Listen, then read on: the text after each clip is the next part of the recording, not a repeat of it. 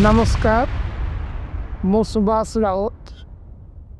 आज आलोचन आम रखीचु वर्तमान आम देश युद्धर भय देखा साधारण लोकटे भावुची ये आमर ये भारत पाकिस्तान युद्ध हम ना तो तेबे ये युद्धर भय कहीं ये जो युद्ध भय आमको देखा बा देश सारा जो प्रतिक्रिया प्रकाश पाई ये युद्ध भय कहीं ये युद्ध भयर प्रथम कारण है आतंकवादी आतंकवादी आक्रमण यही आतंकवादी आक्रमण जो आम देशर साधारण जनता ठारू आरंभ करी देशर प्रत्येक वर्गर लोक जे चाहूँगी नहीं ये आउ नुह ये आतंकवादी मान को उचित शिक्षा दि जाऊ। गत मंगलवार दिन दिन 12टा बेले काश्मीर आतंकवादी माने आमर 26 जन निरीह तीर्थयात्री जीवन हानि घटाई निहता निरस्त्र साधारण लोक जी जाइथिले बुलिबा पाई भूस्वर्ग काश्मीर की सेठारे आतंकवादी माने हठात पहुंची आखि बुझा गुली वर्षण करथिले जहाँ फल साधारण जनतांगर बा साधारण निरीह तीर्थयात्रींकर अमूल्य जीवन चलीगला। यही अमानवीय बर्बरचित कांड को नहीं आम देश रे तीव्र प्रतिक्रिया प्रकाश पाई।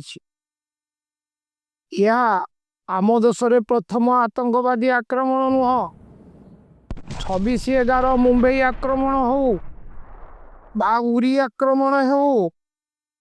पठानकोट आक्रमण हो बा आमर पुलवामा रे 40 जन जवान शहीद हेवा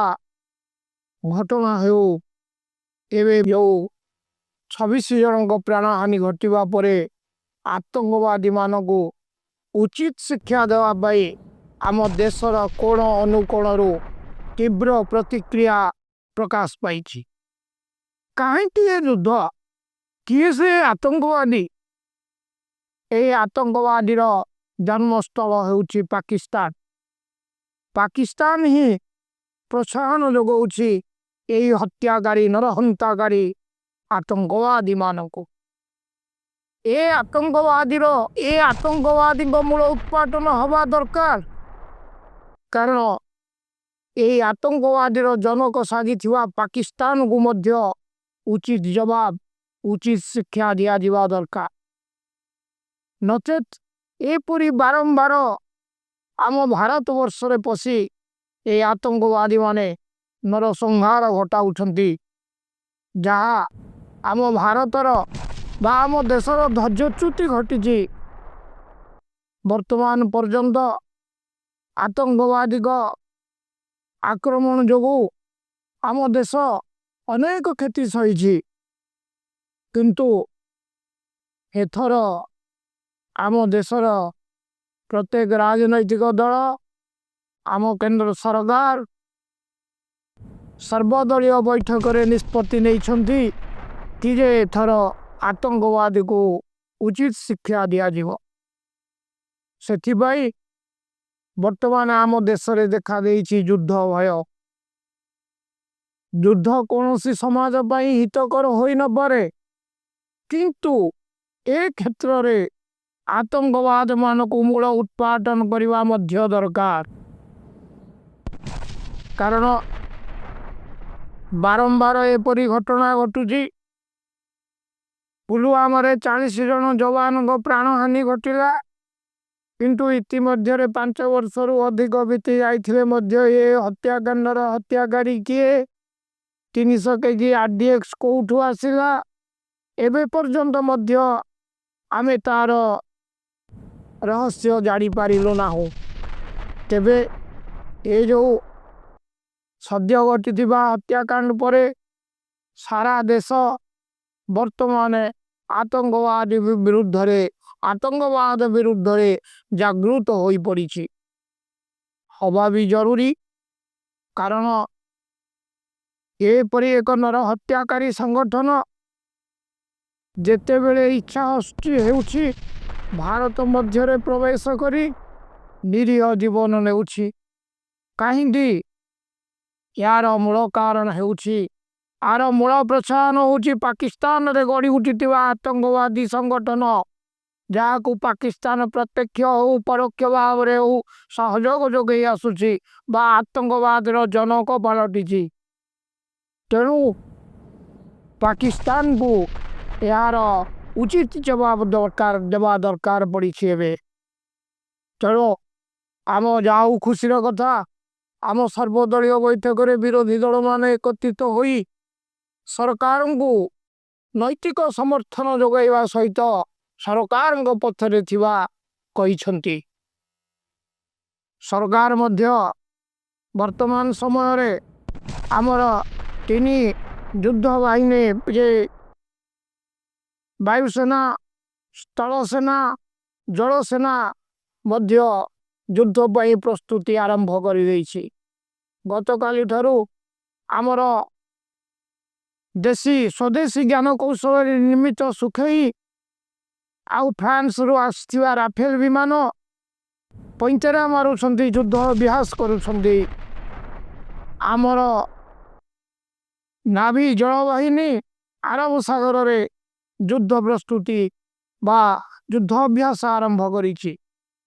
आम स्थल बाहिनी विभिन्न स्थान मानक निजर कैंप सदृढ़ करी युद्ध बा अनुमति पाइले पाकिस्तान अग्रसर होगा रेडी हो रही पाकिस्तान मध्य पछरे नहीं सी मध्य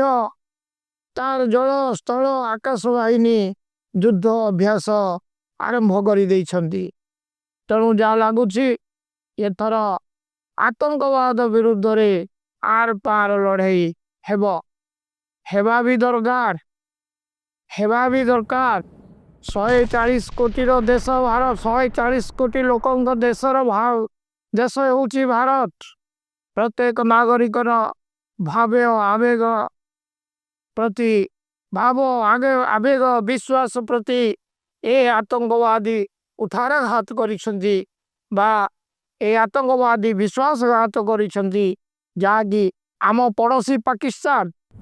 बारंबार एमान को प्रोत्साहित करी भारत मध्य को पठाउछि एथिरे संतिले मात्र संदेह नहीं तेणु आमर लगुछि खूब शीघ्र भारत पाकिस्तान मध्य रे युद्ध होई पारे किंतु वर्तमान पर्यंत भारत सरकार सिंधु नदी जो आमर जल जोगाण जो चुक्ति थिला से चुक्ति की बातिल करिछि पाकिस्तान मध्य सिमिला चुक्ति की बातिल करिछि उभय देश एबे युद्ध पाई प्रस्तुति हेले युद्ध तो हेबो कि नहीं ताहा समय कहब किंतु वर्तमान समय रे युद्धर परिस्थिति सृष्टि होइछि ए युद्ध परिस्थिति रे युद्ध कौनसी देश पर मंगल नुहे कि मानव समाज पर मंगल नुह यह समस्त को जना युद्ध हेले उभय पक्षर क्षति हब अनेक लोक प्रभावित हेबे देशर अर्थनीति मध्य प्रभावित हेब देश बाहर आसुथुवा विभिन्न सामग्री बा देश जोगौथुवा देश रप्तानी करुथुवा सामग्री उपरे मध्य समस्या देखा देव किंतु यही युद्ध हेले देशर अर्थनीति जे घोर भाव प्रभावित हेब या समस्त को जना तथापि जेतेबेले आवश्यक पड़िबो जेतेबेले आवश्यकता अछि युद्धर तेबे युद्ध हेबा दरकार तेणे युद्ध हेले कौन हेब କାରଣ ଅତୀତରେ ଯେତେ ଯୁଦ୍ଧ ହେଇଛି 1971 ହେଉ ବା 1954 ହେଉ, ଯେତେବେଳେ ଅତୀତରେ ଯେଉଁ ଯୁଦ୍ଧ ହେଇଛି ସେଇ ଯୁଦ୍ଧରେ ପାକିସ୍ତାନ ପରାଜୟ ବରଣ କରିଛି ଭାରତ ଠାରୁ। ତଥାପି ଇଏ ପରାଜିତ ହେବା ପରେ ବି ତଥାପି ଇଏ ଅଭ୍ୟାସ କେବେ ବଦଳାଉ ନାହିଁ। ଇଏ ପୁଣି ବାରମ୍ବାର ଆତଙ୍କବାଦୀକି ପ୍ରୋତ୍ସାହନ ଦେଇ ଭାରତ ଭିତରକୁ ପଠାଉଛି, ଯାହା ଭାରତୀୟଙ୍କ ସହିବାର ସୀମା ଯେଉଁଟା ସହିବାର ସୀମା ଶେଷ ହେଇଯାଇଛି। ତେଣୁ ଏଥର ଯୁଦ୍ଧ ଅବଶ୍ୟଭାବୀ ବୋଲି କୁହାଯାଉଛି। ତେଣୁ ଯୁଦ୍ଧ ପୂର୍ବରୁ ଆମକୁ ବି ପ୍ରସ୍ତୁତ ହେବାକୁ ପଡ଼ିବ। ଯୁଦ୍ଧ ସମୟରେ ନାନାଦି ସମସ୍ୟା ଦେଖାଦେବ। ତେଣୁ ଆମ ଦେଶବାସୀ ସମସ୍ତେ ଏକଜୁଟ ହୋଇ ଏ ସମସ୍ୟାର ମୁକାବିଲା କରିବେ ଓ ଯୁଦ୍ଧର ପରିଣାମ ଯେତେ ଭୟଙ୍କର ହେଉନା କାହିଁକି